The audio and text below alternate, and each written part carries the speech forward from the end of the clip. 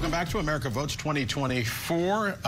There is that old saying, it ain't over until the fat lady sings. The fat lady hadn't even left the dressing room yet, or was approaching the stage before the former president came out and declared that not only did he won by the largest margin in the history of the state, and yet we continue to watch the numbers on the bottom of your screen, and we will see whether those numbers bear out throughout the evening. We want to bring in right now Mike Leon. He is the host of Can We Please Talk, the podcast. Mike, your thoughts on what we are seeing unfold tonight so far?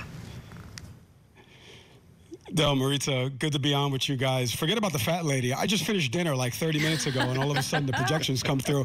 I'm losing my mind here. This is the third time I'm about to go on air. Iowa caucus, New Hampshire primary. I can't even finish a good meal. But, you know, listen, all jokes aside, and what your guest John Dare said before, you know, I happen to work at one of the networks before that he mentioned that has, you know, the election desk and how they call this and what the producers actually do. So I have a little bit of background knowledge into that. And he's right, you know, in terms of what Trump was kind of getting data-wise, and of course he Trumpified it by saying that he's going to win in the biggest margin. I think for Nikki Haley right now, my biggest takeaway is the money is there for her. You know, as I've spoken to folks familiar with her campaign thinking and some of her donors as well, as we've done some stuff for the show on that.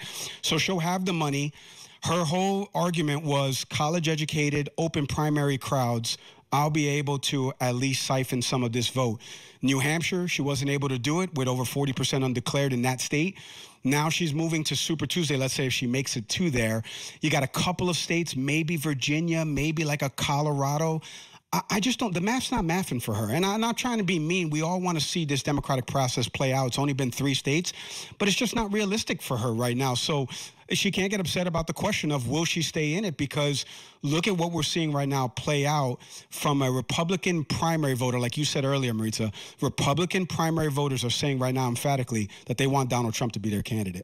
Mike, I mean, we are very familiar with the exit polling and that whole process with the producers, but what we've been saying all night is that there's nothing to suggest yet that he received double the amount of votes ever received in the South Carolina primary, right, as he said. And to your point, if the money's with Nikki Haley, she stays in. Her campaign manager already saying today that they plan to pour, I mean, like 7 figures into some of these states, Super Tuesday states, to try to get the turnout. I mean, do you think that it's possible when it's not just one state that we're watching and kind of a bigger collection? Well, and I agree with that at a realistic, ideal world level. I 100% agree with that, right? Only 3 states have voted so far. 1 is a caucus. You know, 1 was kind of an open primary with New Hampshire.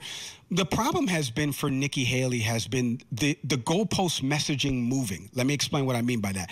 At first, in August 27th of last year, when she did the first debate, there was polling that showed that she moved up based on some of the answers, because she was giving general election answers where, you know, independents, and she kept talking about a new coalition of Republican voters that we can bring into the party, right?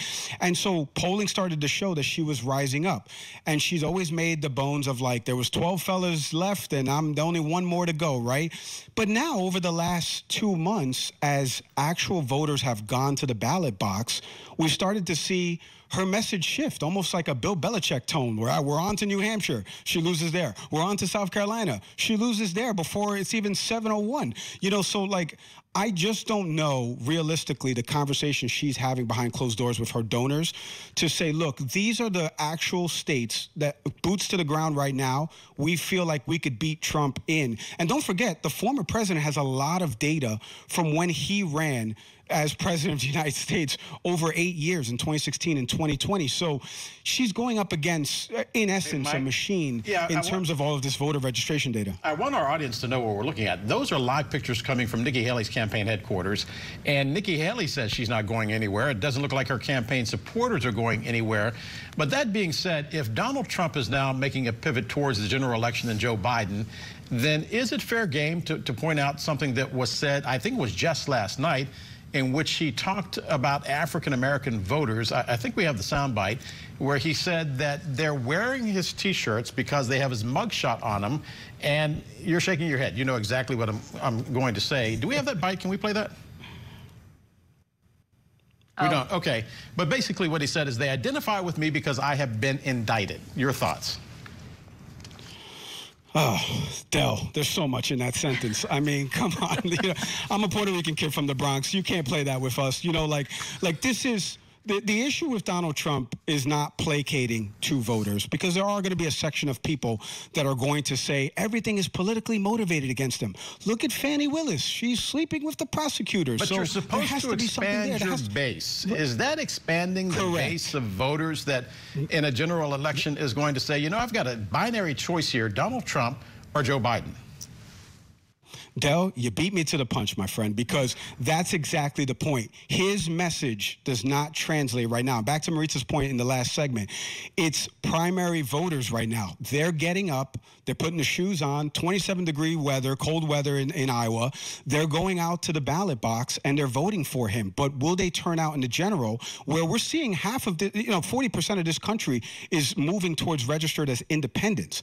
So we're starting to see other, people that are in that central lane that are trying to run for president that could siphon some of the votes from these two general candidates.